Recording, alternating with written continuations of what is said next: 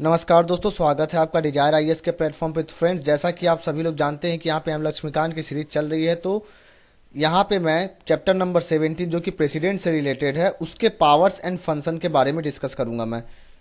तो आप देखिए, डिजायर आईएएस के चैनल को सब्सक्राइब कर लीजिए और बेल आइकन्स को भी दबा दीजिए, जिससे कि आपको मेरी आने वाली जो भी वीडियोज हैं उसकी नोटिफिकेशंस दोस्तों आपको मिल जाए।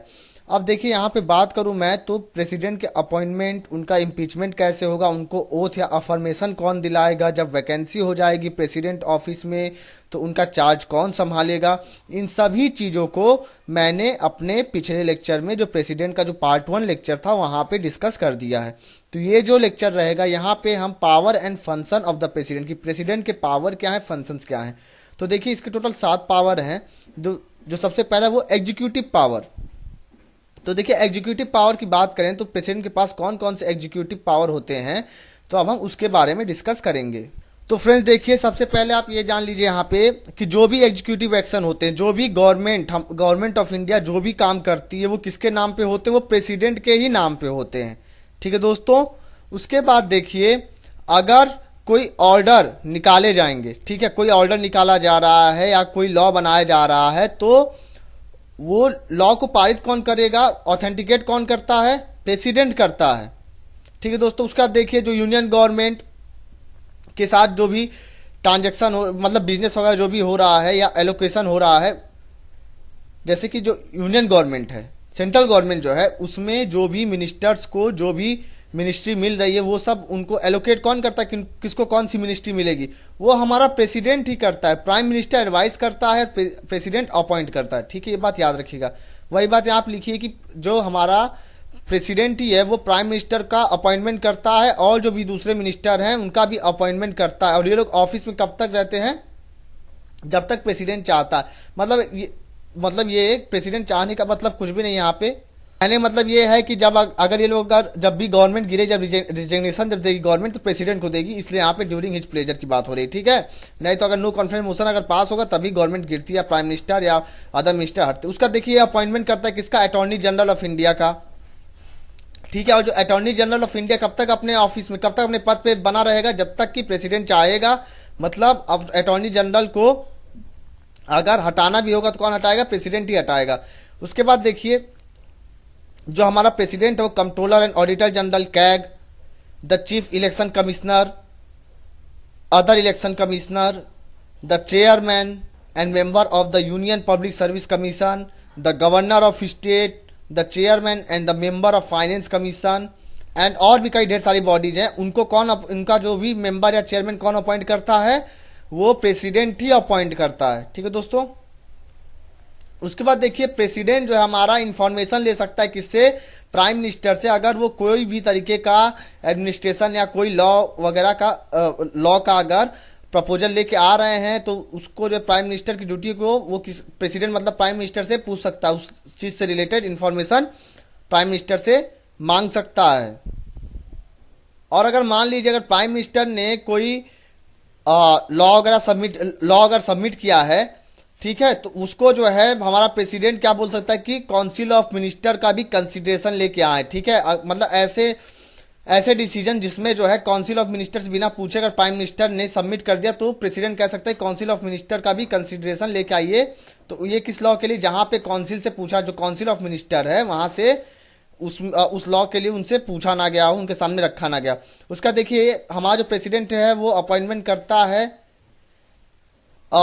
कमीशन। कौन सा commission, schedule caste commission, schedule tribe commission या अदर बैकवर्ड क्लासेस कमीशन। आपको ही पता होगा, national commission for schedule tribe है, national commission for schedule caste है, और अभी अभी प्रपोजल आया कि national commission for backward classes भी बनने वाला है।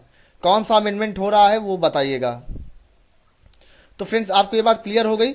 उसके बाद देखिए, ये अपॉइंट कर सकता है जो भी इंटर स्टेट काउंसिल। ठीक है। किस लिए, जिससे कि सेंटर स्टेट या इंटर स्टेट कॉपरेशन में को बढ़ावा मिले।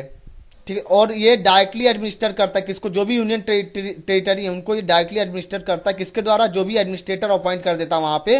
तो जो एडमिनिस्ट्रेटर जो होते हैं वो रिपोर्ट किसको सबमिट करते हैं, प्रेसिडेंट को। तो कह सकते हैं डायरेक्टली कहाँ पे एडमिनिस्टर करता है ये, यूनियन टेरिटरी में।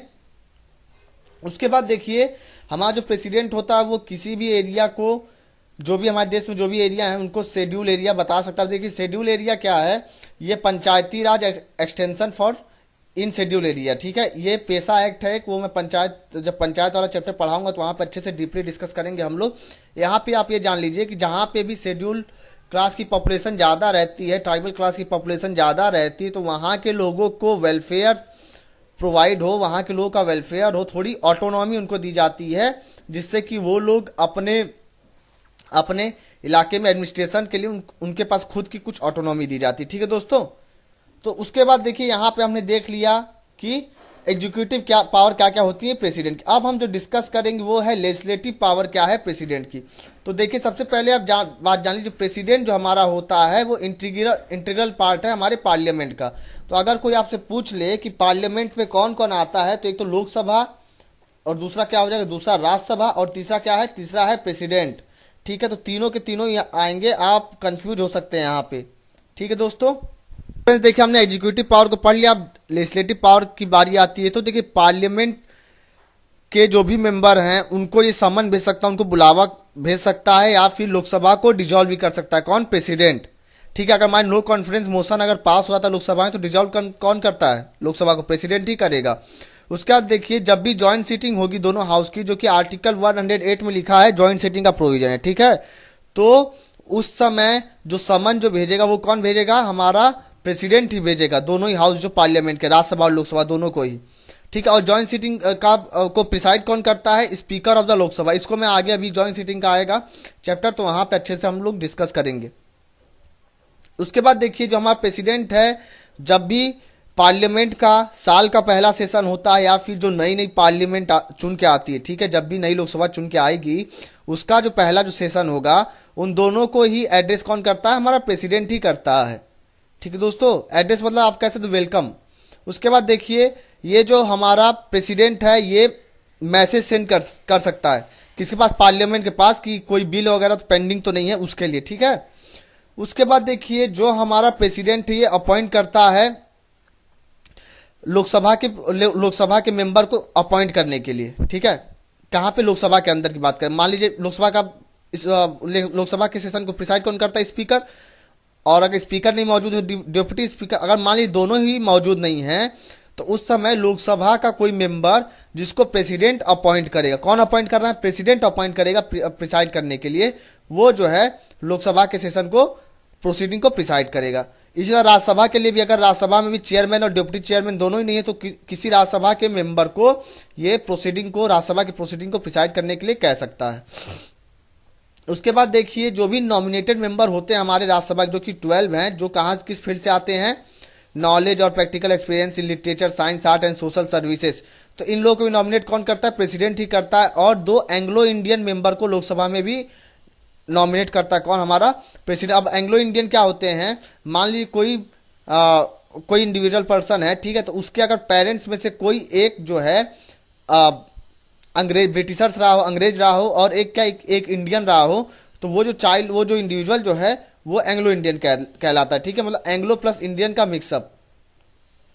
उसके बाद देखिए अगर किसी मेंबर के डिस्क्वालिफिकेशन की बात आएगी, तो वो कैसे होगा, वो जो प्रेसिडेंट करेगा, किससे कंसल्ट करके, इलेक्शन कमीशन से कंसल्ट करके डिस्क्वालीफाई कर देगा उसको, ठीक है फ्रेंड्स। चलिए अब आगे बात करते हैं। कुछ बिल ऐसे भी हैं जिनको अगर हमको पार्लियामेंट में इंट्रोड्यूस करना है, तो उससे पहले प्रेसिडेंट के प्रायर रिकमेंडेशन की या परमिशन की ज़रूरत पड़ती। पहले प्रेसिडेंट से परमिशन लेने के बाद ही हम उस बिल को पार्लियामेंट में इंट्रोड्यूस कर सकते हैं। जैसे कि अगर बात करें, अगर वैसे बिल जिससे हम जो है कंसोलिडेटेड फंड ऑफ इंडिया से पैसे निकाल रहे हैं, या फिर ऐसे बिल जो कि किसी स्टेट के बाउंड्री को चेंज कर रही, तभी उस बिल को पार्लियामेंट में इंट्रोड्यूस करने से पहले प्रेसिडेंट से परमिशन लेना पड़ेगा। या फिर कोई नया स्टेट बनाना है, तब भी पहले प्रेसिडेंट से परमिशन लेने के बाद ही वो बिल पार्लियामेंट में प्रस्तुत की जाएगी, इंट्रोड्यूस की जाएगी। उसका देखिए अगर कोई बिल प्रेसिडेंट के पास जाता है, तो उसके पास 3 चीज़ें होती हैं, या तो वो जो है उस बिल को मंजूर कर दे, या तो उस बिल को नामंजूर कर दे, ठीक है, उस बिल को क्या कर दे, नामंजूर कर, विथहोल्ड मतलब कि रोक ले, अपनी मंजूरी ना दे, वो बिल वहीं पड़ा रहे, वापस नहीं करेगा यहाँ पे विथहोल्ड वाले में, ठीक है, मतलब पड़ा हुआ उसके ऑफिस में उसका, या फिर रिटर्न कर दे बिल को, दोबारा से पार्लियामेंट उस पर सोच विचार करे, उसके लिए रिटर्न कर। लेकिन ये जो बिल होगा जो रिटर्न करेगा ये मनी बिल नहीं होना चाहिए, ठीक है। अच्छा आप बताइए, कॉन्स्टिट्यूशनल अमेंडमेंट बिल अगर पार्लियामेंट के द्वारा पास अगर हो जाती तो प्रेसिडेंट को क्या असेंट देना बाइंडिंग है कि नहीं है, मतलब कंपलसरी है कि नहीं, क्या वो उस बिल को, कॉन्स्टिट्यूशनल अमेंडमेंट बिल को भी वापस लोकसभा मतलब दोबारा से पार्लियामेंट में रिकंसिडरेशन के लिए भेज सकता है। अच्छा उसके बाद देखिए, अगर प्रेसिडेंट ने किसी बिल को वापस भेजा रिकंसिडरेशन के लिए और वो बिल दोबारा से पार्लियामेंट में पास कर दी जाती है, चाहे अमेंडमेंट करके उसमें कुछ चेंजेस करके या बिना चेंजेस के ही, तो प्रेसिडेंट को उस बिल को असेंट देना ही देना पड़ेगा, मंजूरी उस प्रेसिडेंट को उस बिल को देनी ही देनी पड़ेगी, ठीक है दोस्तों। उसके बाद देखिए, अगर मान लीजिए कोई स्टेट लेजिस्लेचर का बिल है, जो स्टेट की जो विधानसभा होती है, अगर उसका कोई बिल है और वो गवर्नर ने रिजर्व कर लिया किस लिए, प्रेसिडेंट के कंसिडरेशन के लिए, मतलब प्रेसिडेंट उसको उस बिल को देखे, तो प्रेसिडेंट क्या क्या कर सकता है, प्रेसिडेंट या तो उस बिल को मंजूर कर देगा, या तो उस बिल को रोक लेगा अपने पास ही, या फिर गवर्नर को बिल वापस कर देगा। और लेकिन वो बिल भी क्या होना चाहिए, मनी बिल नहीं होनी चाहिए। देखिए यहाँ पे लिखा हुआ है ना, वो बिल मनी बिल नहीं होनी चाहिए, मनी बिल को पास करना ही करना पड़ता है प्रेसिडेंट को, रिटर्न नहीं कर सकता है। या तो देखिए मनी बिल को छोड़ के या तो गवर्नर को वापस कर देगा वो बिल दोबारा से स्टेट लेजिस्लेचर में रिकंसिडरेशन के लिए। अच्छा अब यहाँ पे आप एक बात याद रखिए, अगर दोबारा से स्टेट लेजिस्लेचर बिल को पास करता है, गवर्नर उसको दोबारा से भेजता है प्रेसिडेंट के पास रिकंसिडरेशन के लिए, तो मतलब पास कराने के लिए, तो प्रेसिडेंट के ऊपर बाइंडिंग नहीं है कि वो स्टेट लेजिस्लेचर के बिल को पास करे ही करे। लेकिन अगर वही पार्लियामेंट की बिल को अगर एक बार लौटाने के बाद दोबारा से वो बिल पास होके जाता है, तो प्रेसिडेंट को अपना मंजूरी उस बिल को पास करना ही करना पड़ेगा, चाहे कुछ भी हो जाए, ठीक है, बाइंडिंग है। यहाँ पे स्टेट लेजिस्लेचर में बाइंडिंग नहीं है, ठीक है। उसके बाद देखिए, जो हमारा प्रेसिडेंट है ये ऑर्डिनेंस भी ले आता है, ठीक है। कब ऑर्डिनेंस लेके आता है, जब पार्लियामेंट सेशन में नहीं। और ऑर्डिनेंस के लिए इसका पास आर्टिकल कौन सा है, आर्टिकल नंबर 123, ठीक है फ्रेंड्स। लेकिन देखिए जो भी ऑर्डिनेंस ये लेके आएगा, तो पार्लियामेंट की जो सीटिंग जो होगी, जो उसके बाद जो नेक्स्ट जो सेशन जो आएगा, जब असेंबली में जब सभी हमारे मेंबर ऑफ पार्लियामेंट आएंगे, तो आने के 6 हफ्ते के अंदर अंदर उस ऑर्डिनेंस को पास करना होगा, नहीं तो वो ऑर्डिनेंस जो है उसी समय खत्म हो जाएगा। उसके बाद देखिए, ये जो भी रिपोर्ट्स होते हैं, कंट्रोलर या ऑडिटर जनरल, यूपीएससी या फाइनेंस कमीशन या जो भी रहते हैं, तो वो रिपोर्ट इन सभी एजेंसी के रिपोर्ट को हमारा प्रेसिडेंट ही पार्लियामेंट के पास भेजता है। ये लोग अपनी रिपोर्ट किसको सबमिट करते हैं, प्रेसिडेंट को, और प्रेसिडेंट कहाँ पे भेजता है इनकी रिपोर्ट को, पार्लियामेंट में, ठीक है दोस्तों। उसके बाद देखिए, ये एक्ट एंड रेगुलेशन बना सकता है किस लिए, peace, progress and good government, कहाँ पे, अंडमान निकोबार, लक्षद्वीप, दादर एंड नगर हवेली, दमन एंड दीव में। उसका देखिए पौंडीचेरी की बात करें तो प्रेसिडेंट के पास लेजिस्लेटिव पावर भी है, लेकिन कब है, जब जिस समय असेंबली सस्पेंड हो, ठीक है। पुडुचेरी के लिए भी लेजिस्लेटिव पावर है प्रेसिडेंट के पास, लेकिन तभी जब जिस समय असेंबली सस्पेंड हो या फिर पौंडीचेरी की असेंबली डिजॉल्व हो चुकी हो।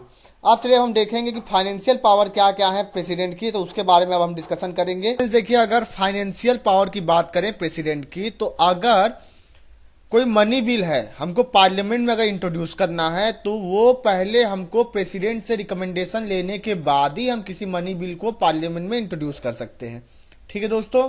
उसके बाद देखिए दोस्तों, जो एनुअल फाइनेंशियल स्टेटमेंट है उसको जब इंट्रोड्यूस करना पड़ता है पार्लियामेंट में, तब भी जो है प्रेसिडेंट से रिकमेंडेशन लेना पड़ता है। उसके बाद देखिए एक बात जान लीजिए, मनी बिल जो है आर्टिकल नंबर 110 के अंतर्गत आता है, और जो एनुअल फाइनेंशियल स्टेटमेंट है, जो आप बजट जानते हैं ना, बजट का ही नाम है, ठीक है, लेकिन बजट वर्ड हमारे कॉन्स्टिट्यूशन में कहीं भी मेंशन नहीं है, और ये किस आर्टिकल में आता है, आर्टिकल नंबर 112 में। उसके बाद देखिए, अगर कोई डिमांड फॉर ग्रांट अगर दे रहे हैं, सेंट्रल गवर्नमेंट अगर किसी स्टेट को अगर दे रही है, तो पहले उससे रिकमेंडेशन लेने के बाद ही दे सकते हैं, बिना उसके रिकमेंडेशन के नहीं दे सकते हैं, ठीक है। और यहाँ पे उससे मतलब किससे, कि प्रेसिडेंट से रिकमेंडेशन लेने के बाद ही ग्रांट दे सकते हैं, ठीक है दोस्तों, डिमांड फॉर अ ग्रांट। उसके बाद देखिए, अगर हमको कंटीजेंसी फंड से कुछ एक्सपेंडिचर करना है, और अनफॉर्चुनेट मतलब कि अनफॉर्चुनेट घटनाएं अगर कुछ हो गई हैं, उसके लिए कंटीजेंसी फंड ऑफ इंडिया अगर उसमें से कुछ पैसे निकालने हैं गवर्नमेंट को, तो भी प्रेसिडेंट के ही मंजूरी से निकलता है। अब देखिए जो कंटीजेंसी फंड है, ये आर्टिकल नंबर 267 में आता है, और जब भी आपातकाल की स्थिति में कोई फंड निकालना होता है, ठीक है, तो कंसोलिडेटेड फंड से अगर निकालना है तो पार्लियामेंट से बिल वगैरह पास कराना पड़े तब निकलेगा। लेकिन अगर मान लिया आपातकाल की स्थिति हो गई तो कौन मदद करे, फिर प्रेसिडेंट के अंदर में आता है, ठीक है। और ये जो कंटीजेंसी फंड जो होता है किसके लिए होता है, इमरजेंसी के लिए होता है, आपातकाल के लिए होता है। वो नेशनल इमरजेंसी वाला नहीं, मान लीजिए कहीं भूकंप वगैरह आ गया, कुछ आ गया तो हमको फंड की जरूरत पड़ेगी ना वहां पे रिलीफ पहुंचाने के लिए, उसलिए, ठीक है दोस्तों। उसके बाद देखिए जो फाइनेंस कमीशन किस में आता है, आर्टिकल नंबर 280 में, कंटीजेंसी फंड आर्टिकल नंबर 267 में, याद रखिएगा सब चीजें, ठीक है। और डिमांड फॉर ग्रांट किस में आता है, आर्टिकल नंबर 113 में। अच्छा, तो देखिए जो भी फाइनेंस कमीशन को का गठन करना रहता है, फाइनेंस कमीशन को कॉन्स्टिट्यूट करना रहता है हर 5 साल में, तो कौन करता है, ये भी प्रेसिडेंट ही करता है, ठीक है दोस्तों। प्रेसिडेंट के ही रिकमेंडेशन पे होती है। तो चलिए, आपने देखा फाइनेंशियल पावर क्या क्या है, और क्या देखा आपने, लेजिस्लेटिव पावर देखा और एग्जीक्यूटिव पावर देखा। अब हम देखेंगे कि जुडिशियल पावर, हमारे प्रेसिडेंट के पास कौन कौन से जुडिशियल पावर है उसके बारे में डिस्कस करेंगे। तो देखिए सबसे पहली बात करूं जुडिशियल पावर की, तो जो भी चीफ जस्टिस या जज सुप्रीम कोर्ट के या हाई कोर्ट के चीफ जस्टिस या जज को अपॉइंट करना रहेगा तो कौन अपॉइंटमेंट करता है, उनका प्रेसिडेंट ही अपॉइंटमेंट करता है, ठीक है दोस्तों। उसके बाद देखिए, अगर कोई लॉ से रिलेटेड कोई एडवाइस अगर प्रेसिडेंट को अगर चाहिए तो वो सुप्रीम कोर्ट से एडवाइस भी मांग सकता है। लेकिन जो सुप्रीम कोर्ट के द्वारा जो एडवाइस जो दी जाएगी वो प्रेसिडेंट के ऊपर बाइंडिंग नहीं है, मतलब प्रेसिडेंट चाहे तो उस एडवाइस को मान सकता है या फिर ना भी माने। उसके बाद देखिए ये क्या क्या कर सकता है, पार्डन दे सकता है, रिप्राइव, रिस्पाइट और रिमिशन ऑफ पनिशमेंट, मतलब कोई पनिशमेंट अगर किसी को सजा अगर सुना दी जाती है तो उस पनिशमेंट को माफ कर सकता है, रिप्राइव कर सकता है, रिस्पाइट, रिमिशन, इस सभी वर्ड को मैं भी आगे डिस्कस करूंगा अच्छे से, वो भी विद डिटेल, ठीक है दोस्तों। तो आप टेंशन मत लीजिएगा, बस अभी ओवरऑल एक आपको बस खाली बेसिक्स खाली अभी यहाँ बताई जा रही हैं। उसके बाद देखिए आगे मतलब इसी चैप्टर में डिस्कस करूंगा मैं, इसी लेक्चर में ही। उसके बाद देखिए कुछ डिप्लोमेटिक पावर भी हैं इनके प्रेसिडेंट के, वो क्या है, जो भी इंटरनेशनल ट्रीटी या फिर एग्रीमेंट जो कि हमारे यहाँ निगोशिएट किए जाएंगे वो किसके बिहाफ पे किए जाते हैं, प्रेसिडेंट के। लेकिन देखिए ये प्रेसिडेंट के बिहाफ पे किए तो जाते हैं लेकिन इनका पार्लियामेंट्री अप्रूवल भी होना चाहिए, मतलब इनका पार्लियामेंट्री अप्रूवल भी करना पड़ता है। और ये इंडिया को रिप्रेजेंट करते हैं जो भी इंटरनेशनल फोरम है या अफेयर है, ठीक है। कैसे इंडिया को रिप्रेजेंट करते हैं, ये जो है अपने डिप्लोमेट, जो इंडिया के डिप्लोमेट है जैसे कि एम्बेसडर, हाई कमिश्नर, उनको इंटरनेशनल फोरम में भेजते हैं, ठीक है। कौन भेजता है, प्रेसिडेंट भेजता है। किस लिए, क्योंकि ये ही जो है हमारे प्रेसिडेंट ही इंटरनेशनल फोरम में इंडिया को रिप्रेजेंट करते हैं। उसके बाद देखिए मिलिट्री पावर की बात करें तो हमारे प्रेसिडेंट को सुप्रीम कमांडर कहा जाता है डिफेंस फोर्सेस ऑफ इंडिया का, मतलब जो भी डिफेंस फोर्सेस है, आर्मी, नेवी और एयरफोर्स, इन सब का जो सुप्रीम कमांडर कौन होता है, प्रेसिडेंट होता है। और यही अपॉइंट करता है जो भी चीफ ऑफ आर्मी स्टाफ होंगे या फिर जो भी चीफ रहेंगे नेवी स्टाफ के या फिर एयरफोर्स के चीफ, इन सब का भी अपॉइंटमेंट कौन करता है, प्रेसिडेंट ही करता है। या फिर हमारे देश में जैसे आपको पता है नेशनल इमरजेंसी डिक्लेयर करना है, वार, पीस, वार डिक्लेयर करना या एक्सटर्नल एग्रेशन, तो वो सब भी कौन करता है, प्रेसिडेंट ही करता है। मतलब कि अगर मान लीजिए हमको ये डिक्लेयर करना है कि हमारे देश में वार आ गई या फिर पीस डिक्लेयर करना है तो वो भी कौन करेगा, प्रेसिडेंट करेगा। लेकिन वार और पीस डिक्लेयर करने ये जो है पार्लियामेंट्री अप्रूवल की जरूरत पड़ती है, ठीक है दोस्तों। उसका देखिए इमरजेंसी पावर की बात करूं मैं कि कौन कौन से इमरजेंसी पावर है प्रेसिडेंट के पास, तो आपको ही पता है प्रेसिडेंट जो है इमरजेंसी लगाता है हमारे देश में। और कितने तरह की इमरजेंसी होती है, 3 तरह की। कौन कौन से, नेशनल इमरजेंसी, प्रेसिडेंट रूल और फाइनेंशियल इमरजेंसी। आर्टिकल कौन कौन से, 352, 356 एंड 365 प्रेसिडेंट रूल के लिए और 360 फाइनेंशियल इमरजेंसी के लिए। आप कमेंट सेक्शन में बताइएगा ये जो 356 है और जो 365 है इन दोनों में क्या अंतर है, ठीक है दोस्तों। क्योंकि मैंने अपने इमरजेंसी वाले लेक्चर में आपको ये चीजें बता रखी हैं। उसका देखिए veto power of the president की बात करें तो अगर कोई बिल पार्लियामेंट के द्वारा पास कर दिया गया तो वो कब तक एक्ट नहीं बनेगा, जब तक कि प्रेसिडेंट उसको मंजूर ना कर दे, अपना असेंट मत दे दे। तो अगर पार्लियामेंट कोई बिल पास कर रहा है तो अगर जिस समय वो प्रेसिडेंट उस बिल को असेंट दे देगा, अपनी मंजूरी दे देगा, तभी वो बिल क्या बनता है, एक्ट बनता है, ठीक है दोस्तों। अब मान लीजिए कि प्रेसिडेंट के पास इस तरीके की बिल अगर पहुंचती है जो कि पार्लियामेंट के द्वारा पास कर दी गई है तो प्रेसिडेंट के पास 3 चीजें, 3 अल्टरनेटिव, 3 रास्ते होते हैं जो कि आर्टिकल नंबर 112 हमारे कॉन्स्टिट्यूशन का जो आर्टिकल नंबर 112 है उसमें लिखा हुआ है। तो क्या क्या कर सकता है वो उस बिल को मंजूर कर सकता है, असेंट दे सकता है अपना, या फिर और क्या कर सकता है, वो उस बिल पे जो मंजूरी जो उसको देनी है उसको रोक सकता है, बिल को रोक देगा। या फिर और क्या कर सकता है, वो उस बिल को रिटर्न कर देगा पार्लियामेंट में दोबारा से रिकंसिडरेशन के लिए, दोबारा से सोच विचार के लिए। लेकिन जो रिटर्न जो बिल करेगा ये मनी बिल नहीं होनी चाहिए दोस्तों, ये बात याद रखिएगा। मनी बिल को रिटर्न नहीं कर सकता। मनी बिल अगर पास हो गई है पार्लियामेंट में तो उसको जो है प्रेसिडेंट को अपनी मंजूरी देनी ही देनी पड़ेगी।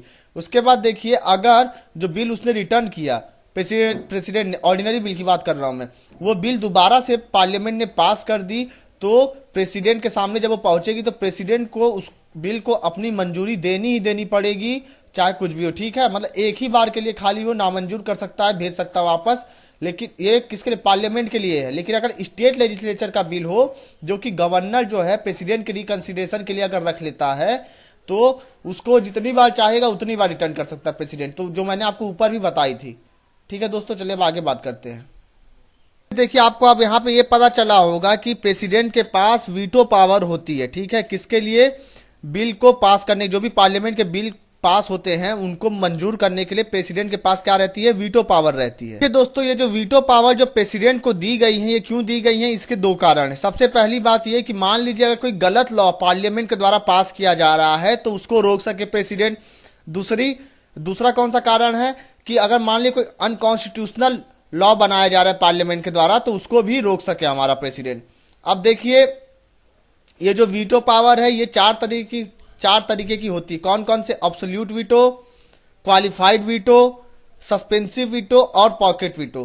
तो एब्सोल्यूट वीटो का मतलब क्या हो गया कि प्रेसिडेंट क्या करता है, अगर पार्लियामेंट के द्वारा कोई बिल जो है या फिर लेजिस्लेचर के द्वारा कोई बिल अगर पास कर दिया जाता है तो उस समय क्या होगा, वो उस बिल को अपने मंजूरी देने से रोक लेगा। ठीक है, मंजूरी नहीं देगा, अपने मंजूरी को रोक लेगा, असेंट को अपने रोक लेगा, विथहोल्ड कर लेगा।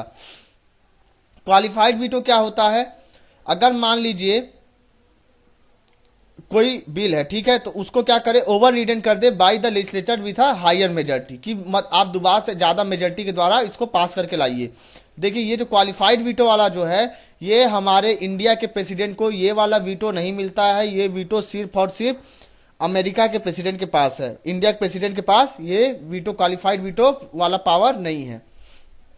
उसके बाद देखिए, सस्पेंसिव वीटो की बात करें तो इसमें यह कहा गया है, इसमें प्रेसिडेंट कुछ देर के लिए उस बिल को अपना असेंट रोक सकता है। मतलब क्या करेगा, मान लीजिए बिल लेजिस्लेचर के द्वारा पास कर दी गई है, पार्लियामेंट के द्वारा पास कर दिया गया, फिर उसका बिल जो प्रेसिडेंट के पास पहुंचा, प्रेसिडेंट क्या करेगा, उस बिल को दोबारा से वापस भेज देगा पार्लियामेंट के पास, दोबारा से रिकंसिडरेशन के लिए। लेकिन यहां पे क्या है, अगर वो बिल दोबारा से पास हो जाता है पार्लियामेंट से, तो उस समय प्रेसिडेंट को उस बिल को मंजूरी देना ही देना पड़ेगा। कहां पे, सस्पेंसिव वीटो वाले उसमें। ठीक है, तो ये क्या करे, थोड़ी देर के लिए रोक सकता है। ठीक है, एक ही बार रोक सकता है।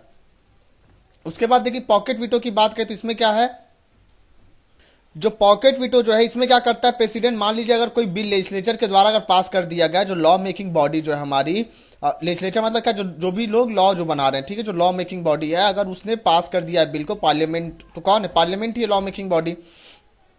अगर उसने पास कर दिया बिल को और वो बिल प्रेसिडेंट के पास पहुंचा और प्रेसिडेंट कोई एक्शन ही ना ले उसको, वो बिल जो उसी के ऑफिस पड़े पड़े सड़ जाए, तो उसको बोलेंगे पॉकेट वीटो।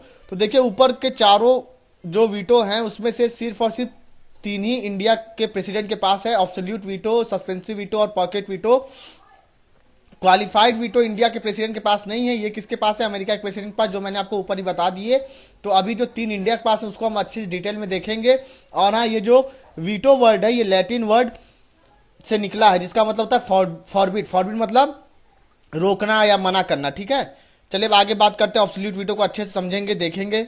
देखिए फ्रेंड, जो एब्सोल्यूट वीटो है ये वो पावर है प्रेसिडेंट का, जहां पे प्रेसिडेंट अपने असेंट को विथहोल्ड कर लेता है, अपने असेंट को, अपने मंजूरी को रोक देता है। ठीक है, अगर मान लीजिए कोई बिल पार्लियामेंट के द्वारा पास हो गया, ठीक है, और वो बिल क्या हो, एक्ट बनने से पहले ही खत्म हो जाए, तो उस वीटो को क्या बोलेंगे, एब्सोल्यूट वीटो कहेंगे। अब इसके लिए 2 कंडीशंस हैं, 2 केसेस हैं, तभी एब्सोल्यूट वीटो वाला पावर प्रेसिडेंट का काम में आता है। अब वो केस कौन कौन से हैं, अब हम उनको डिस्कस करते हैं। तो मान लीजिए अगर कोई बिल प्राइवेट मेंबर बिल है, मतलब कि वैसा बिल जो कि किसी मिनिस्टर के द्वारा इंट्रोड्यूस नहीं किया गया पार्लियामेंट में, तो वो प्रेसिडेंट हमारा उस बिल को क्या करेगा, गवर्नमेंट के जो काउंसिल ऑफ मिनिस्टर है उनके एडवाइस पे उस बिल को असेंट मंजूरी देने से मना कर देगा, मतलब कि मंजूरी देने से रोक देगा। ठीक है, उसके बाद देखिए अगर ऐसा बिल है जो कि गवर्नमेंट ने पास कर दिया, मतलब कि स्टेट लेजिस्लेचर में पास हो गया, सॉरी पार्लियामेंट में पास हो गया है, और उसके बाद पास होने के बाद अभी प्रेसिडेंट की असेंट, प्रेसिडेंट ने उस बिल को मंजूरी नहीं दी है, उससे पहले ही क्या हो, गवर्नमेंट जो है गिर जाए, मतलब गवर्नमेंट अपना रेजिग्नेशन दे दे, कैबिनेट रिजाइन कर दे, तो वो बिल क्या हो जाएगा, वो बिल के ऊपर भी प्रेसिडेंट चाहे तो उसको असेंट दे या तो उस बिल को डेड कर दे, खत्म कर दे, वो बिल एक्ट नहीं बन पाएगा, लॉ नहीं बन पाएगा, एक्ट नहीं बन पाएगा। ठीक है, इसका यूज 1954 में डॉक्टर राजेंद्र प्रसाद ने किया था। उसके बाद देखिए 1991 में प्रेसिडेंट आर वेंकट रमन ने भी किया था इसका यूज। ठीक है दोस्तों, उसके बाद देखिए सस्पेंसिव वीटो की बात करें तो इसमें क्या होता है, इसके बारे में हम डिटेल में चर्चा करते हैं। तो दोस्तों अगर मैं सस्पेंसिव वीटो की ओवरऑल बात करूं तो इसमें क्या होता है कि प्रेसिडेंट सिर्फ और सिर्फ कुछ ही देर के लिए बिल को रोक सकता है।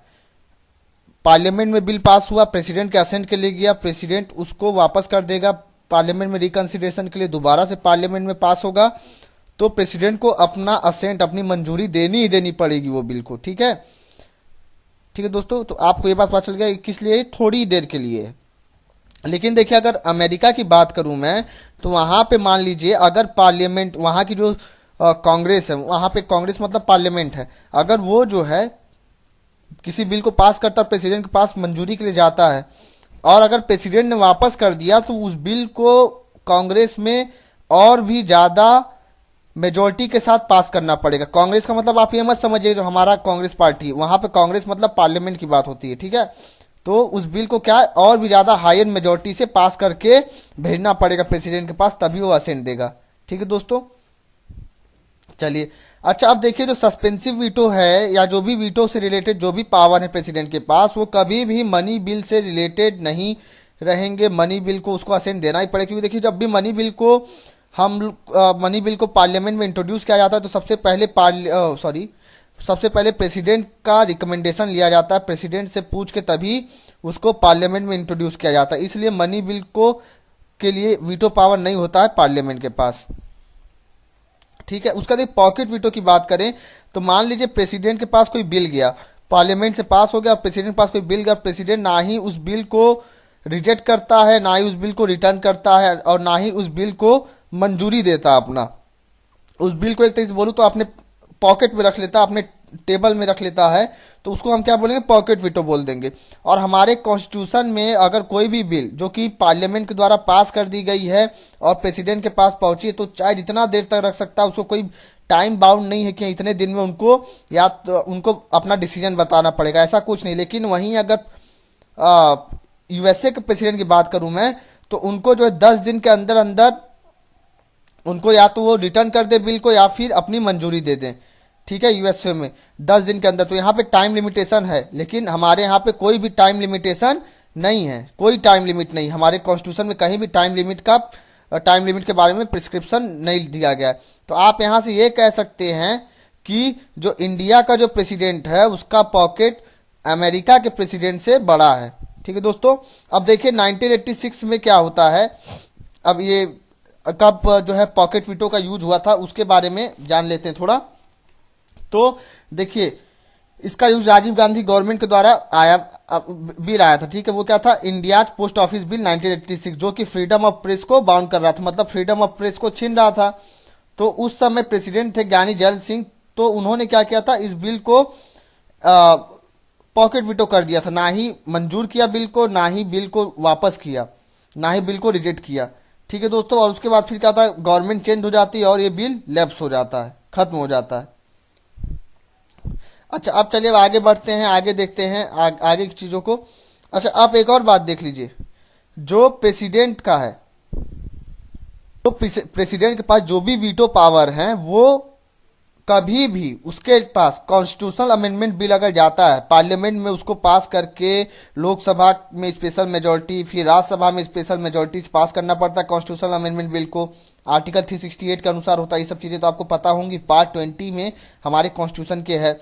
तो जब इसको जो है कॉन्स्टिट्यूशनल अमेंडमेंट बिल को जब पास करेगा हमारा पार्लियामेंट, सॉरी, तो उस समय प्रेसिडेंट के पास कोई भी वीटो पावर नहीं रहेगी और उसको उस बिल को अपनी मंजूरी देना ही देना पड़ेगा, उसको उस बिल को असेंट देना ही देना पड़ेगा। और ये बात कब कही गई? जब 24th कॉन्स्टिट्यूशनल अमेंडमेंट एक्ट आया 1971 में, तब कही गई।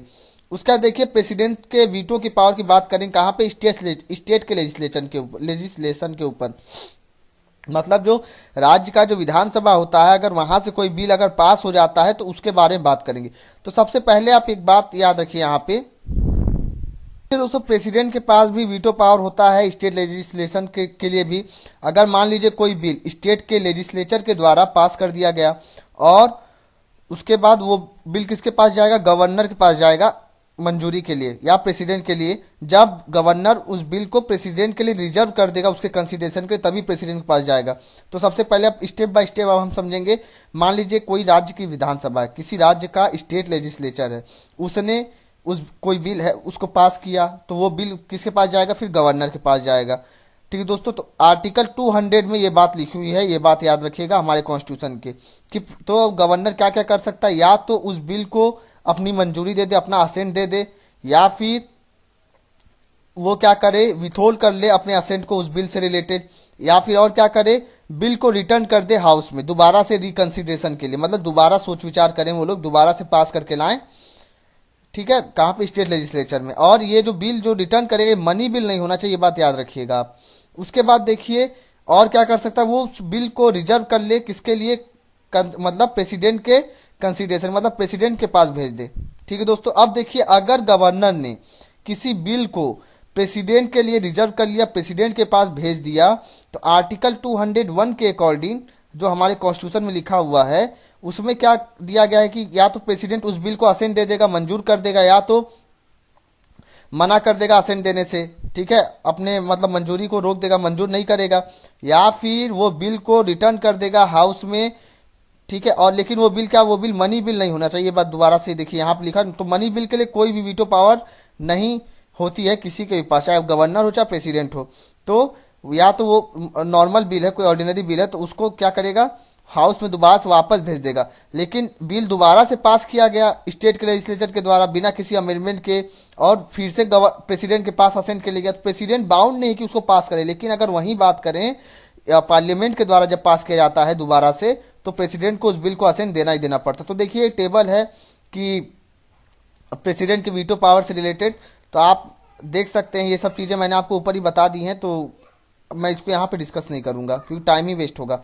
अब देखिए अब हम बात करेंगे जो ऑर्डिनेंस का पावर है प्रेसिडेंट के पास दोस्तों, अब हम उसके बारे में डिस्कस करेंगे। तो आर्टिकल 123 जो हमारे कॉन्स्टिट्यूशन में जो दिया गया है उसमें लिखा है कि प्रेसिडेंट ऑर्डिनेंस इशू कर सकता है कब? जब पार्लियामेंट रिसेस में है, जब पार्लियामेंट हमारा फंक्शन नहीं कर रहा है। ठीक है, जब पार्लियामेंट हमारा सेशन में नहीं है।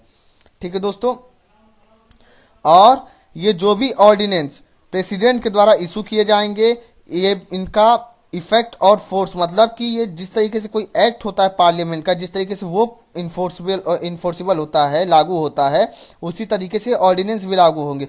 लेकिन इनका नेचर जो होगा वो क्या रहेगा? वो टेम्पोररी नेचर का रहेगा। ठीक है दोस्तों, अब चलिए अब आगे अब बात करते हैं, आगे देखते हैं। अब ये ऑर्डिनेंस मेकिंग पावर किस लिए दिया गया है? मान लीजिए कि जो हमारी पार्लियामेंट है वो सेशन में नहीं है और कोई अर्जेंट मैटर आ गया, तो अगर उस समय कोई लॉ बनाना है तो कैसे बनेगा? तो उस लिए जो है ये ऑर्डिनेंस वाला पावर है, जिसमें जो है प्रेसिडेंट आर्टिकल नंबर 123 से ऑर्डिनेंस इशू कर सकता है। अब देखिए इसके 4 लिमिटेशंस भी हैं। अब वो कौन कौन से, अब हम उनके बारे में डिस्कस करेंगे। तो देखिए दोस्तों, प्रेसिडेंट कभी भी ऑर्डिनेंस इशू करेगा तो तभी कर सकता है जब दोनों ही हाउस सेशन में ना हो, या दोनों में से कोई एक हाउस, जैसे कि आपको पता मान लीजिए दोनों में से एक हाउस सेशन ना हो, लोकसभा सेशन ना हो, राज्यसभा सेशन में हो तब भी, या फिर राज्यसभा सेशन में है लोकसभा सेशन में नहीं है तब भी ऑर्डिनेंस इशू कर सकता है। लेकिन अगर मान लीजिए कि दोनों की दोनों हाउस सेशन में है, ठीक है दोस्तों, उस समय अगर कोई प्रेसिडेंट ऑर्डिनेंस इशू कर देता है तो वो ऑर्डिनेंस वॉइड हो जाएगा, वो ऑर्डिनेंस नलिफाइड हो जाएगा, खत्म हो जाएगा, वो ऑर्डिनेंस नहीं माना जाएगा। उसके बाद देखिए आगे बात करें, जब भी ऑर्डिनेंस इशू करेगा कौन? प्रेसिडेंट इशू करेगा। आपको पता है आर्टिकल नंबर 123 के द्वारा। देखिए मैं इतनी बार आर्टिकल्स को रिपीट कर दूंगा कि आप खाली लेक्चर सुनेंगे और आपको आर्टिकल्स अच्छे से याद हो जाएंगे। तो देखिए इसमें यह कहा गया है कि उसको प्रेसिडेंट को ये चेक करना चाहिए कि क्या जो ऑर्डिनेंस इशू कर रहा है उसका ज़रूरत है, अभी क्या इमीडिएट एक्शन की ज़रूरत है, तभी नहीं तो भाई इंतजार कर ले, पार्लियामेंट बैठेगी तब खुद ही लॉ बना देगी। तो उसको ये चीज़ चेक करना चाहिए। ठीक है दोस्तों, अब देखिए इसके लिए कूपर केस आता है 1970 में सुप्रीम कोर्ट के पास।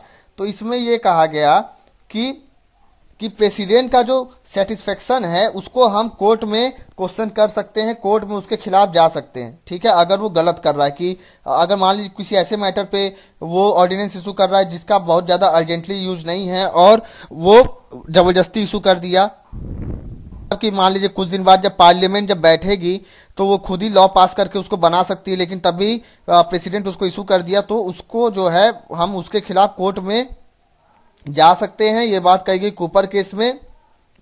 इस केस में ये कहा गया कि जो ऑर्डिनेंस रिलेटेड जो पावर है प्रेसिडेंट का, हम उसका यूज ऐसा नहीं कर सकते हैं कि पार्लियामेंट के जो भी लेजिस्लेटिव पावर है, जो एक्ट वगैरह जो पार्लियामेंट जो बनाती है, आप उसको बाईपास कर दीजिए। मतलब कि आपको पार्लियामेंट में कोई लॉ बनाने के लिए कोई बिल वगैरह लाना ही ना पड़े, पार्लियामेंट में पास करना ही ना पड़े, और आप सीधे ऑर्डिनेंस इशू करवा दिए प्रेसिडेंट के द्वारा तो लॉ बन जाए। तो इस तरीके से आप नहीं कर सकते। देखिए उसके बाद जो 38 अमेंडमेंट था 1975 का, उसमें यह कहा गया था कि जो प्रेसिडेंट का जो सेटिस्फेक्शन है, ठीक है, वो जुडिशियल रिव्यू में नहीं आएगा।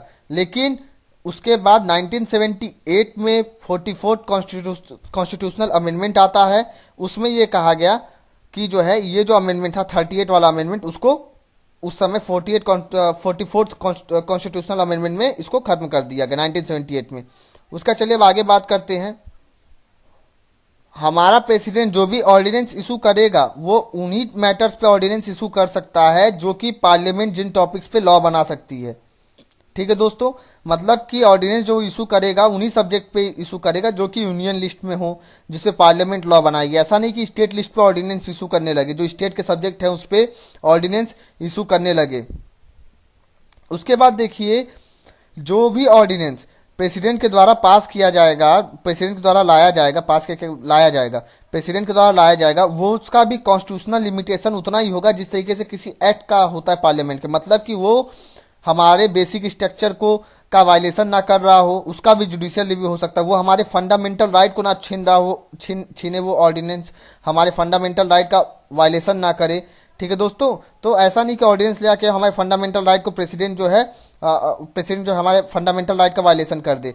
तो वही कहा गया है, जिस तरीके से किसी एक्ट के लिए लिमिटेशन है उसी तरीके से ऑर्डिनेंस के लिए भी लिमिटेशन है। उसके बाद देखिए जो भी ऑर्डिनेंस प्रेसिडेंट के द्वारा इशू किया जाता है, जब जिस समय हमारी पार्लियामेंट सेशन में नहीं रहती है, मतलब रिसेस पे छुट्टी में रहती है, तो उसको जो है जैसे ही पार्लियामेंट हमारी रीअसेंबल होगी, जब हमारी पार्लियामेंट की जब बैठक जब होगी, तो उसको उस ऑर्डिनेंस को पार्लियामेंट के सामने जो दोनों ही हाउस है उनके सामने ले आना पड़े। अगर अप्रूव हो जाता है वो ऑर्डिनेंस तो वो एक एक्ट बन जाएगा। ठीक है, और अगर पार्लियामेंट हमारी कोई एक्शन अगर नहीं लेती है तो जिस दिन हमारी पार्लियामेंट का सेशन चालू हुआ उसके 6 हफ्ते के अंदर अंदर वो ऑर्डिनेंस नलिफाइड हो जाएगा, वो ऑर्डिनेंस खत्म हो जाएगा। या फिर वो ऑर्डिनेंस पहले भी खत्म हो सकता है जब मान ली दोनों ही हाउस क्या करें, उस पार्लियामेंट में क्या करें, रिजोल्यूशन पास करें डिसअप्रूविंग के लिए। मतलब उस ऑर्डिनेंस को खत्म करने के लिए, डिसअप्रूविंग के लिए कोई रिजोल्यूशन अगर पास कर देते हैं पार्लियामेंट में तो भी वो ऑर्डिनेंस खत्म हो जाएगा। उसके बाद देखिए अगर हम बात करें जो मैक्सिमम पीरियड हो सकता है किसी ऑर्डिनेंस का जो कि प्रेसिडेंट के द्वारा इशू किया गया, वो कितना हो सकता है, 6 मंथ एंड 6 वीक। अब ऐसा क्यों 6 मंथ कहाँ से आ गया, देखिए कोई भी सेशन होते हैं हमारे पार्लियामेंट के सेशन के बीच में जो मैक्सिमम गैप हो सकता है वो 6 महीने से ज़्यादा नहीं हो सकता है 2 सेशन के बीच में। तो मान लीजिए मैक्सिमम गैप हो गया 6 महीने का, तो वो 6 महीने हो गया। फिर जब पार्लियामेंट जब सेशन में जब आई तो ज़्यादा ज़्यादा 6 हफ्ते तक ही तो चल सकता है। अगर पार्लियामेंट उस पर कोई भी एक्शन नहीं लेती तो हद से 6 महीने तक ही चलेगा। उसके बाद वो क्या हो जाएगा, वो ऑर्डिनेंस खत्म हो जाएगा।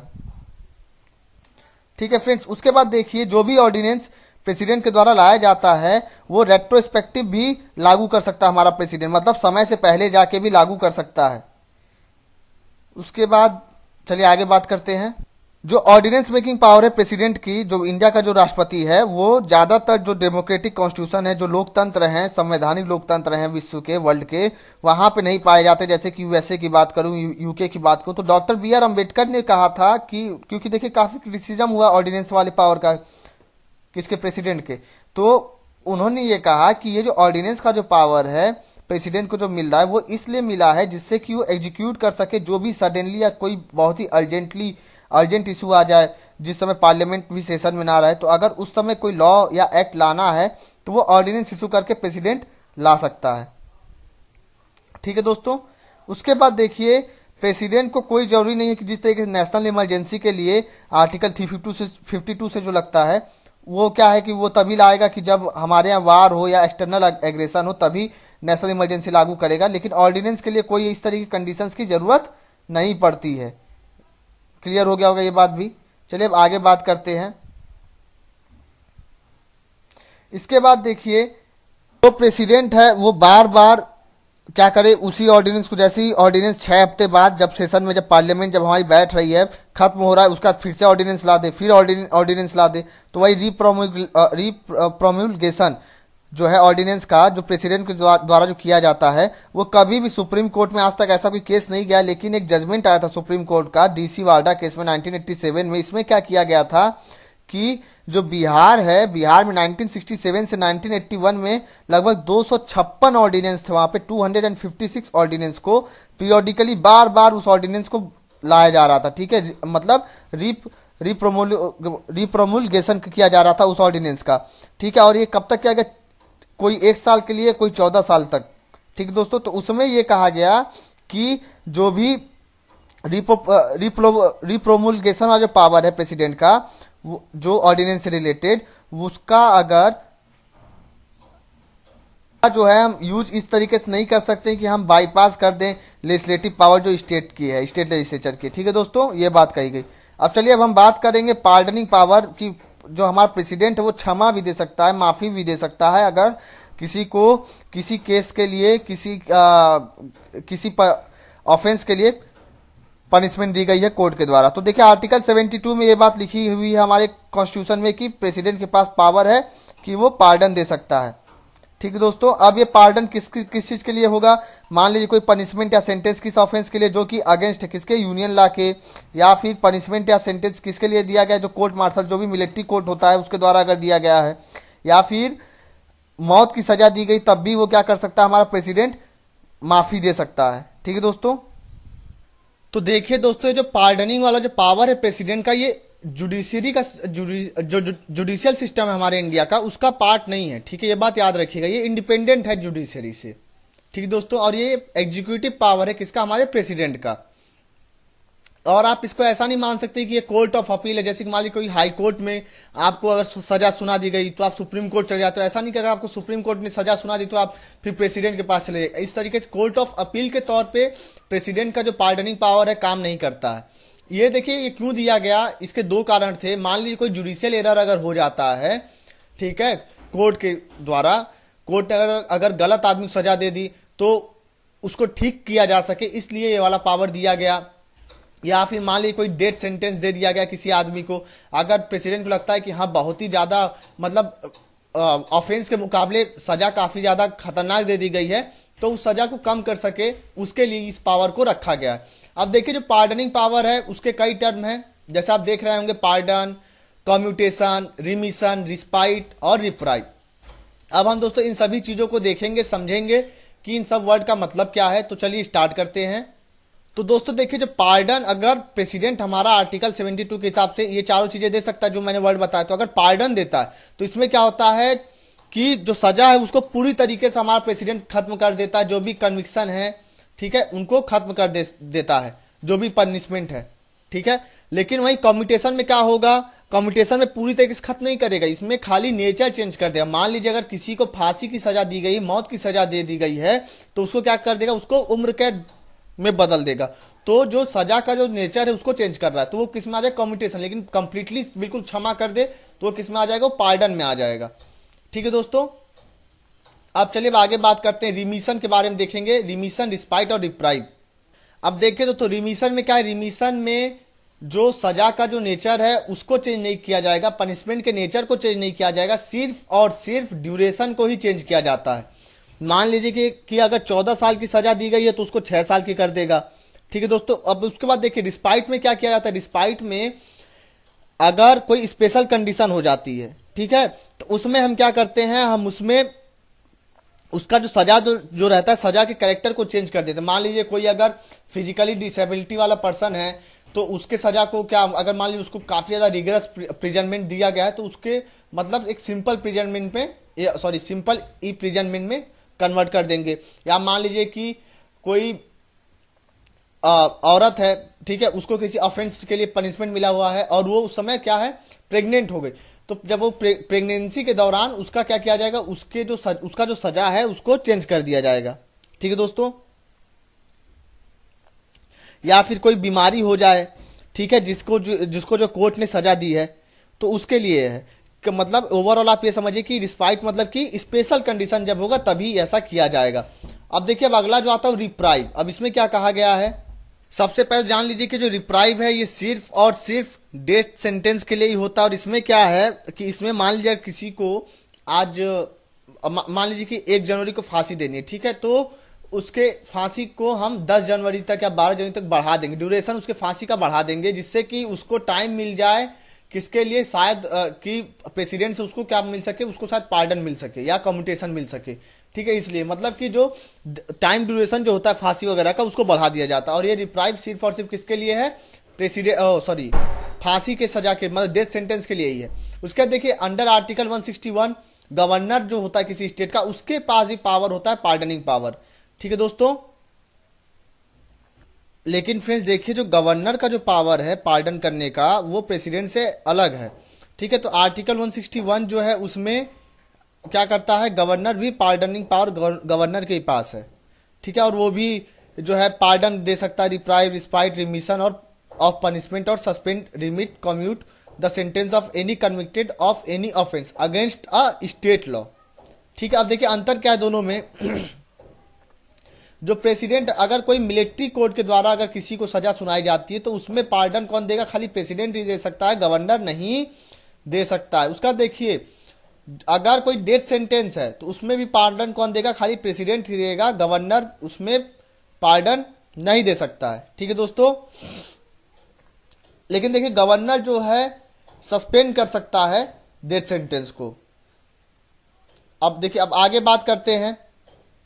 अब देखिए जो सुप्रीम कोर्ट ने जो पार्डनिंग पावर है प्रेसिडेंट का उसको डिफरेंट डिफरेंट केसेस में एग्जामिन किया, चेक किया, तो देखिए जो भी पेटिशनर है, ठीक है, जो कि दया चाहता है, मर्सी चाहता है, तो वो उसके पास ये राइट नहीं है, ये अधिकार नहीं कि वो ओरली जाके प्रेसिडेंट से मिले और बोले कि मुझे क्षमा कर दी, मुझे माफ़ी दे दीजिए। ठीक है दोस्तों, और जो प्रेसिडेंट है, प्रेसिडेंट जो भी एविडेंस हैं उनको शुरू से देख सकता है और जो कोर्ट के द्वारा जो भी डिसीजन दिया गया है उसका डिफरेंट व्यू भी वो चेक कर सकता है। ठीक है दोस्तों, और जो भी पार्डनिंग पावर है प्रेसिडेंट का, वो जो प्रेसिडेंट जो पार्डन देगा वो किसके एडवाइस पे देगा, वो जो यूनियन कैबिनेट है उसी के एडवाइस पे प्रेसिडेंट पार्डन देगा किसी को। उसके बाद देखिए प्रेसिडेंट बाउंड नहीं है कि वो रीजन भी दे कि जो पार्डन जो उसने अगर किसी को पार्डन दिया, किसी को माफ़ी दी, तो उसके लिए उसको ये नहीं बता क्यों माफ़ी दी। ठीक है, रीजन बताने के लिए बाउंड नहीं है हमारा प्रेसिडेंट। ठीक है दोस्तों, अब चलिए आगे बढ़ते हैं। अब देखिए जो प्रेसिडेंट के पास जो पार्डनिंग पावर है वो सिर्फ इसलिए नहीं है कि वो जो है रिलीफ दे सकते, बल्कि अगर मान लीजिए कोई मिस्टेक हो गया सुप्रीम कोर्ट के द्वारा तब भी वो प्रेसिडेंट उसको सुधार सके, इसलिए प्रेसिडेंट के पास ये पावर दी गई। ये सारी बातें सुप्रीम कोर्ट ने बताई हैं। ठीक है, अब उसका देखिए और क्या बातें हैं। सुप्रीम कोर्ट ने कहा है कि कोई भी स्पेसिफिक गाइडलाइन की जरूरत नहीं प्रेसिडेंट को उसके पावर का यूज करने के लिए, पार्डनिंग पावर को यूज करने के लिए। और जो पार्डनिंग पावर है प्रेसिडेंट का उसका जुडिशियल रिव्यू भी नहीं हो सकता है, लेकिन इसका एक्सेप्शन क्या है कि प्रेसिडेंट जो है अपनी मनमानी न चलाने लगे। ठीक है, कि जैसा मन करे वैसा करे, भेदभाव करे पार्डन देने में, ऐसा भी नहीं करना है प्रेसिडेंट को। उसके बाद देखिए आगे बात करें, अगर मान लीजिए कोई पेटिशनर है, कोई मर्सी चाहता है, क्षमा चाहता है प्रेसिडेंट के द्वारा, उसको जो है उसके पेटिशन को अगर प्रेसिडेंट ने रिजेक्ट कर दिया तो दोबारा से प्रेसिडेंट के पास पेटिशन फाइल नहीं कर सकता है। ठीक है, ये बात कहेगी। अब देखिए हम बात करेंगे कॉन्स्टिट्यूशनल पोजीशन क्या है हमारे प्रेसिडेंट की, तो उसके बारे में देखेंगे। तो देखिए जो कॉन्स्टिट्यूशन है इंडिया का, उसने क्या हमको प्रोवाइड किया है, पार्लियामेंट्री फॉर्म ऑफ गवर्नमेंट दिया है, ठीक है। और जो हमारा प्रेसिडेंट है वो सिर्फ और सिर्फ एक नॉमिनल एग्जीक्यूटिव है।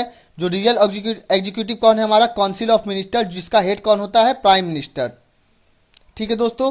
तो आप कह सकते हैं जो प्रेसिडेंट है, प्रेसिडेंट जो भी अपने पावर का इस्तेमाल करता है वो कैसे करता है, जो एडवाइस काउंसिल ऑफ मिनिस्टर, जो जिसके हेड कौन होते हैं, प्राइम मिनिस्टर के द्वारा दी जाती है, उसी के एडवाइस पे काम करता है हमारा प्रेसिडेंट, ठीक दोस्तों। चलिए अब आगे बात करते हैं।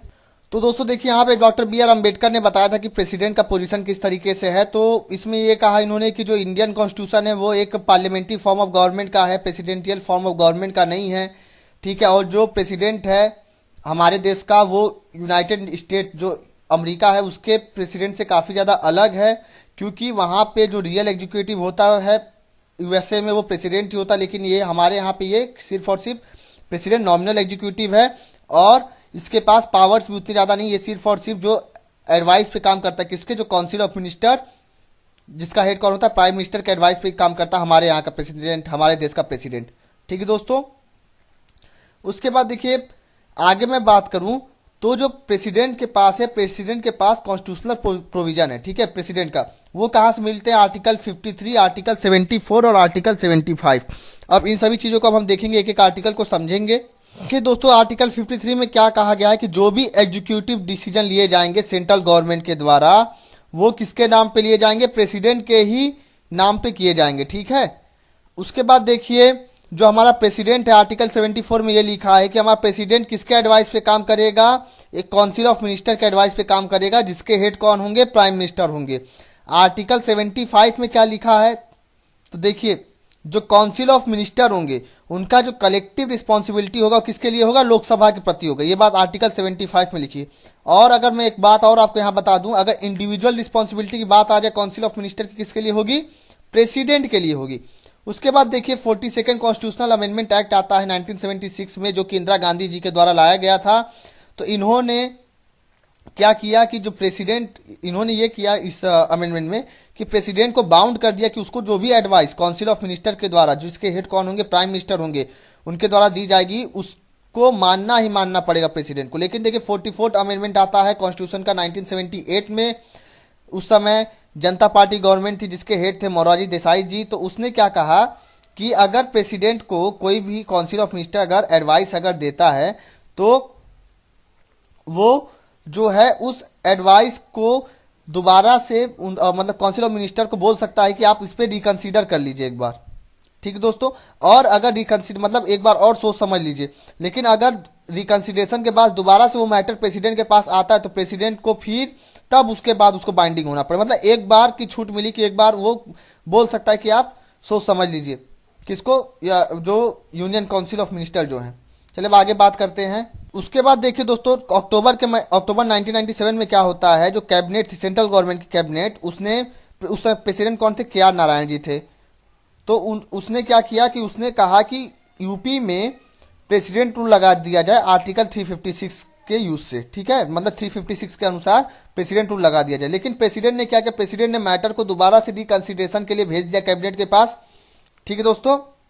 और उसके बाद क्या होता है कि उसका जब रिकंसिडरेशन के जब भेजा तो उसका वो मैटर दोबारा प्रेसिडेंट के पास नहीं भेजा गया। तो इससे आप ये कह सकते हैं कि जो बीजेपी की जो गवर्नमेंट थी, जो कि कल्याण सिंह की जो गवर्नमेंट थी यूपी में, वो बच गई, ठीक है दोस्तों। उसका देखिए सितंबर 1998 में जो प्रेसिडेंट है के आर नारायण, उन्होंने क्या किया, देखिए सितंबर 1998 में जो सेंट्रल गवर्नमेंट थी उसने प्रेसिडेंट के आर नारायण को क्या भेजा, एक रिकमेंडेशन भेजा कि प्रेसिडेंट रूल लगाना कहाँ पे, बिहार में। लेकिन प्रेसिडेंट ने क्या किया, उसको दोबारा से वापस भेज दिया री एडवाइस के लिए कुछ महीनों बाद, ठीक दोस्तों। लेकिन दोबारा से जो काउंसिल ऑफ मिनिस्टर थी उसकी दोबारा से रिकमेंडेशन आई, दोबारा से उसने कहा कि प्रेसिडेंट रूल लगाया जाए बिहार में, तो उनको जो है इम्पोज करना पड़ा, क्योंकि देखिए एक बार भेज दिया दोबारा आ गया ना, इसलिए। तो फरवरी 1999 में बिहार में प्रेसिडेंट रूल लग जाता है। उसके बाद देखिए आगे बात करते हैं, जो हमारा प्रेसिडेंट उसको हर बार एडवाइस की जरूरत नहीं है मिनिस्टर्स की। अब वो कौन कौन से कंडीशन से जब उसको प्रेसिडेंट को हमारे एडवाइस की जरूरत नहीं पड़ेगी मिनिस्टर्स की, तो जब अपॉइंटमेंट करना होगा प्राइम मिनिस्टर का, ठीक है। कब? जब किसी भी पार्टी की क्लियर मेजोरिटी नहीं आती लोकसभा में, ठीक है, या फिर ऐसा हो जाता है कि जो प्राइम मिनिस्टर है वो सडनली मतलब उसकी मौत हो जाती है, तो और उसका कोई सक्सेसर नहीं है, कोई उसका मतलब कोई नया सक्सेसर नहीं मिल रहा है उसका, तो उस समय हमारे प्रेसिडेंट को ज़रूरत नहीं है कि किसी से जो है जो मिनिस्टर हैं, जो मिनिस्टर जो काउंसिल ऑफ मिनिस्टर उनकी एडवाइस को सुने, ठीक है। वो अपने मर्जी से किसी को भी प्राइम मिनिस्टर अपॉइंट कर सकता है। उसके बाद देखिए आगे बात करते हैं, अगर नो कॉन्फिडेंस मोशन अगर लोकसभा में अगर पास हो जाता है, ठीक है, तो बिना काउंसिल ऑफ मिनिस्टर के रिकमेंडेशन के, मतलब बिना काउंसिल ऑफ मिनिस्टर के एडवाइस के ही प्रेसिडेंट क्या करेगा, डिसमिस कर देगा गवर्नमेंट को, ठीक है। काउंसिल ऑफ मिनिस्टर क्या कर देगा, डिसमिस कर देगा अगर नो कॉन्फिडेंस मोशन अगर पास हो जाता है तो। उसके बाद देखिए अगर लोकसभा का रिजोल्यूशन हो जाता है तो काउंसिल ऑफ मिनिस्टर सॉरी अगर हमारी काउंसिल ऑफ मिनिस्टर जो है मेजोरिटी हार जाती है, नो कॉन्फिडेंस मोशन पास हो जाता है, तो उसी समय लोकसभा का डिसोल्यूशन कर देगा वो। ऐसा नहीं कि उसको मिनिस्टर के एडवाइस पे काम करना पड़े। तो ये 3 कंडीशन है जहाँ पे प्रेसिडेंट अपनी मर्जी से काम कर सकता है। अब देखिए कुछ आर्टिकल्स हैं, हम उनके बारे में डिस्कस कर लेते हैं। तो देखिए आर्टिकल 52 में क्या लिखा हुआ है कि इंडिया का एक प्रेसिडेंट होगा। 53 में क्या है, executive power of the union, इसके बारे में लिखा है। 54 आर्टिकल में क्या है, जो इस तरीके से इलेक्शन होता है प्रेसिडेंट का, उसके बारे में लिखा हुआ है। 55 में manner of election of president का इलेक्शन किस तरीके से होगा। 56 में टर्म क्या होगा, ऑफिस ऑफ प्रेसिडेंट, मतलब प्रेसिडेंट एक बार अगर कोई प्रेसिडेंट चुन लिया जाता है तो लिया जाता है तो वो कितने साल तक बना रहेगा, ये बात कहाँ लिखी है, आर्टिकल 56 में। आर्टिकल 57 में क्या लिखा गया कि क्या क्या एलिजिबिलिटी है, मतलब मान ली एक बार इलेक्ट हो गया वो एक बार, तो क्या वो दोबारा दूसरी बार भी इलेक्ट हो सकता है, इसके बारे में लिखा हुआ है। आर्टिकल 58 में क्या लिखा हुआ है, क्वालिफिकेशन क्या होना चाहिए किसी को प्रेसिडेंट बनने के लिए। आर्टिकल 59 में क्या कंडीशन होनी चाहिए प्रेसिडेंट ऑफिस के लिए। आर्टिकल 60 में ओथ और अफर्मेशन जो प्रेसिडेंट के लिए जो है, ठीक है, कि प्रेसिडेंट को कौन ओथ और अफर्मेशन दिलाएगा, ओथ या अफर्मेशन।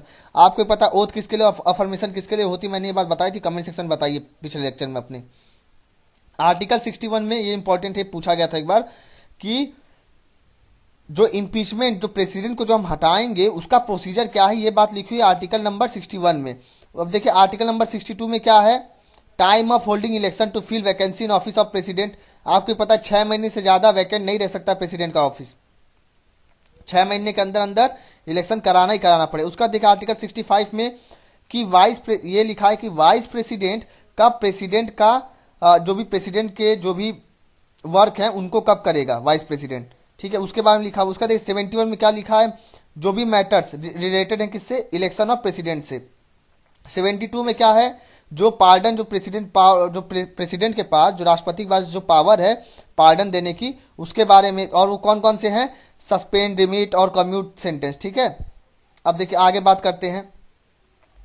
74 में क्या लिखा है, council of minister to aid and advise the president, मतलब काउंसिल ऑफ मिनिस्टर किसको एडवाइस देगा, प्रेसिडेंट को, और उसी के एडवाइस पे काम करते हैं हमारे प्रेसिडेंट। 75 में अदर प्रोविजंस हैं, ठीक है, मिनिस्टर्स के, जैसे कि अपॉइंटमेंट, उनकी टर्म क्या होगी, उनकी सैलरी क्या होगी। आर्टिकल 76 में अटॉर्नी जनरल ऑफ इंडिया के बारे में लिखा है। आर्टिकल 77 में जो भी बिजनेस कंडक्ट किए जाते हैं गवर्नमेंट ऑफ इंडिया से। आर्टिकल 78 में ड्यूटी क्या होती है प्राइम मिनिस्टर की, ठीक है, कि उसको जो भी इंफॉर्मेशन वो प्रेसिडेंट को किस तरीके से पहुंचानी है। आर्टिकल 85 में सेशन क्या होंगे पार्लियामेंट के, उनका पार्लियामेंट का प्रोपोगेशन कैसे होगा, पार्लियामेंट का प्रोरोगेशन कैसे होगा, डिसोल्यूशन कैसे हो जाएगा पार्लियामेंट का, उसके बारे में। आर्टिकल 111 में लिखा हुआ assent to the bills pass by parliament, ये मैंने आपको ऊपर ही डिस्कस कर दिया था अच्छे से इस आर्टिकल को। आर्टिकल 112 में यूनियन बजट, जो कि हमारे कॉन्स्टिट्यूशन में एनुअल फाइनेंशियल स्टेटमेंट लिखा हुआ है, बजट वर्ड का हमारे कॉन्स्टिट्यूशन में कहीं भी मेंशन नहीं है, ये बात याद रखिएगा, ठीक है। अब तो चलिए आर्टिकल 143 में क्या है, पावर ऑफ प्रेसिडेंट किस लिए, जो ऑर्डिनेंस जो प्रेसिडेंट जो हमारा जो इशू करता है। और आर्टिकल 143 में क्या है, पावर ऑफ प्रेसिडेंट जो कि सुप्रीम कोर्ट के द्वारा मतलब प्रेसिडेंट क्या कर सकता है, एडवाइस मांग सकता है सुप्रीम कोर्ट का, ठीक है, किसी लॉ रिलेटेड मैटर में। और मुझे एक बात बहुत अच्छी लगी थी, हुआ क्या था कि मैंने जो है अपने किसी लेक्चर में कैग के लिए आर्टिकल 143 को बता दिया था, एक्चुअली में 148 होता है। तो फ्रेंड्स ह्यूमन एरर हो जाती है, अगर कोई गलती हो जाए तो आप कमेंट सेक्शन में जरूर बताया करिए, क्योंकि देखिए इतना कुछ डिस्कस करना रहता है कि कुछ बातें ना चाहते हुए भी बोल जाता हूँ मैं, ठीक है, गलती से हो जाती है मुझसे। तो उसके लिए सॉरी बोलता हूँ मैं। अब देखिए, लेकिन उसमें मैंने देखा कि एक थे, तो उन्होंने क्या किया, उन्होंने जो है कमेंट सेक्शन में बताया, और उससे देखिए उनका ही फायदा हो गया, उनको वो आर्टिकल याद हो गया, और मेरा फायदा ये हुआ कि मुझे अपनी गलती का एहसास हुआ, और मैं कोशिश करूंगा जल्दी, मतलब ऐसी गलतियां ना हो मुझसे। So friends, thanks for watching my video. And एक और बात मैं यहाँ पे आपको बताना चाहूँगा कि और भी यहाँ पे डिजायर आईएएस के प्लेटफॉर्म पे आपको लेक्चर्स मिल जाएंगे, और यहाँ पे हमारा प्रेसिडेंट वाला चैप्टर खत्म होता है। अब जो अगला चैप्टर मैं शुरू करूँगा वो रहेगा वाइस प्रेसिडेंट का, और उसके बाद जो अगला चैप्टर होगा वो गवर्नर का रहेगा, क्योंकि मैं पैरेलल में ही पढ़ाते हुए इन सभी चीज़ों को चलूँगा। ठीक है दोस्तों, और आप डिजायर आईएएस का और भी अच्छे से इस्तेमाल कर सकते हैं। आप बिल्कुल अपना पूरा मेहनत जी जान से लगे रहिए दोस्तों। प्रीलिम्स का डेट आ रहा है जल्दी जल्दी, आगे आगे। और आप चाहें तो और भी वीडियोज हैं यहाँ पे इकोनॉमिक्स के, सीसेट के, उन सब का भी इस्तेमाल कर सकते हैं। फ्रेंड्स, अब दोबारा नेक्स्ट लेक्चर में दोबारा से मुलाकात होगी, और फिर से हम अपना एम लक्ष्मीकांत का सफ़र शुरू करेंगे। So friends, thanks for watching my video and God bless you all.